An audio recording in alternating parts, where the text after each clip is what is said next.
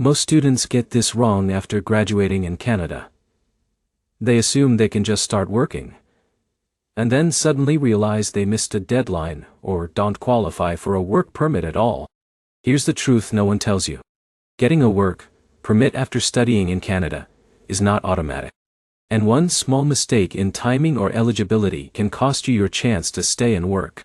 In this video, you'll learn exactly how the work permit after study in Canada works, who is eligible, how to apply step by step, and the biggest mistakes you must avoid if you want to stay in Canada after graduation. Let's start immediately with the most important answer. The main option for students is called the Post-Graduation Work Permit, also known as PGBP.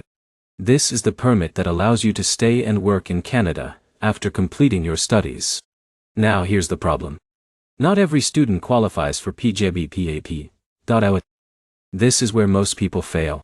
They complete their studies, but their program or institution doesn't meet the requirements. So before we go further, you need to understand eligibility. To qualify for a PGBP, you must graduate from a designated learning institution, also called a DLI. But here's where it gets tricky. Not all DLIs offer PGBP eligible programs. This is where many students get confused. Let's take an example. Alex enrolls in a private college that is a DLI, but the program is not eligible for PGBP. After graduation, he cannot apply for a work permit.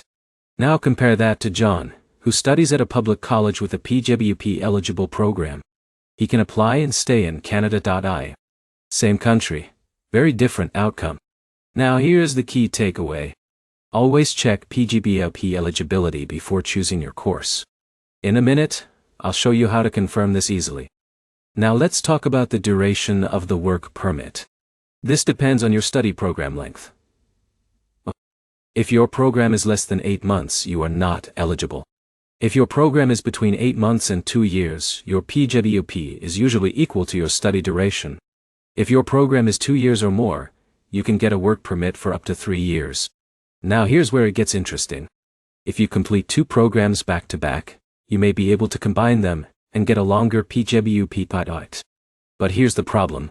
The programs must meet specific conditions. This is where many students make mistakes. Now let's talk about the application timeline. This is one of the most critical parts. After you receive your final marks or completion letter, you have 180 days to apply for PGBP. But here's the catch. Your study permit must still be valid when you apply, or you must restore your status. This is where most people panic. They wait too long and miss the deadline. Now, here's a smart move.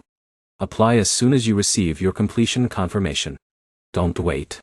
Now let's talk about what happens after you apply. If you apply while your study permit is still valid, you can start working full-time while your PGBP is being processed. This is a huge advantage. But here's the problem. If you apply late, or your permit expires, you may lose this benefit. Now here's where it gets interesting. PGBP is an open work permit. This means you can work for any employer in Canada. You're not restricted to a specific job or company. This gives you flexibility to explore different opportunities. But here's the key point. Your job experience during PGBP can help you qualify for permanent residency. Now let's talk about that. Many students use PGBP as a pathway to PR. Programs like Canadian Experience Class value your work experience in Canada. So your PGBP is not just a work permit.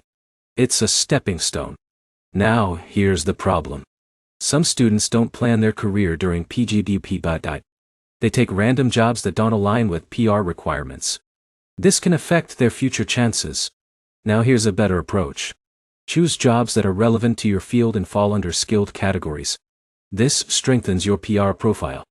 Now let's talk about required documents for PGBP. You need your passport, study permit, completion letter, transcripts, and application form. Sounds simple. But here's where most people fail. They submit incomplete or unclear documents. Even a small mistake can delay your application. Now here's a smart tip. Double-check everything before submission. Now let's talk about processing time. PGBOP processing can take several weeks to a few months. But here's the problem. Many students expect instant approval. This leads to stress. Now here's the truth. As long as you applied correctly, you can work while waiting if eligible. Now, let's address a common question. Can you extend PGBOP? In most cases, no. PGBOP is a one-time opportunity. Once it expires, you cannot apply again. This is why planning is critical. Now here's where it gets interesting. Some students may become eligible for other work permits or PR before their PGBOP expires. This allows them to stay longer. But here's the catch. You need to plan early and understand your options. Now let's talk about common mistakes. First, choosing a non-eligible program. Second, missing the application deadline. Third, submitting incomplete documents. Fourth, not planning for PRJ. Fifth, relying on incorrect information. These mistakes can cost you your future in Canada. Now here's a powerful tip. Always verify information from official sources and plan ahead. Now let's take a quick real-world scenario. Jake finishes his 2-year program, applies for PGBOP immediately, gets a 3-year work permit, finds a skilled job, and later applies for PRJ. Everything works smoothly.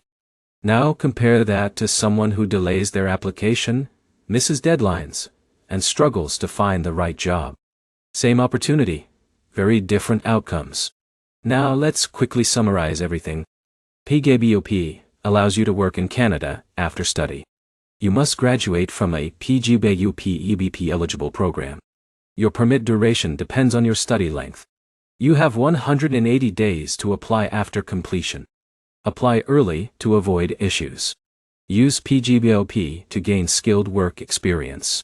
Plan your pathway to PRJ. If you follow these steps, you can successfully stay and build your career in Canada. Now here's the final thought. Your study journey doesn't end with graduation. It's just the beginning. And the decisions you make right after finishing your course can shape your future. If this video helped you, make sure to like, comment, and subscribe. And if you have questions about your situation, drop them below. I'll guide you. Thanks for watching, and I'll see you in the next one.